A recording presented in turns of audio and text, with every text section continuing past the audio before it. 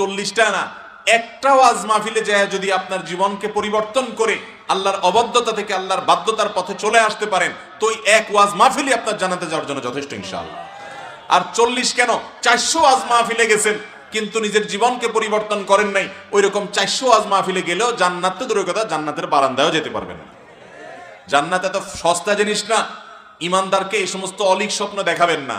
ইমানদার বাস্তববাদী মানুষ, কথা শুনবে, আমল করবে, আত্ম উন্নয়ন করবে, সেলফ ডেভেলপমেন্ট করবে, নিজেকে অগ্রসর করবে, এজ এ মুসলিম, গুড মুসলিম, ভালো মুসলিম হওয়ার চেষ্টা করবে, নতুন নতুন ভালো কাজ শুরু করবে, খারাপ অভ্যাসগুলো পরিত্যাগ করে করে আস্তে আস্তে সে জান্নাতের দিকে এগিয়ে যাবে।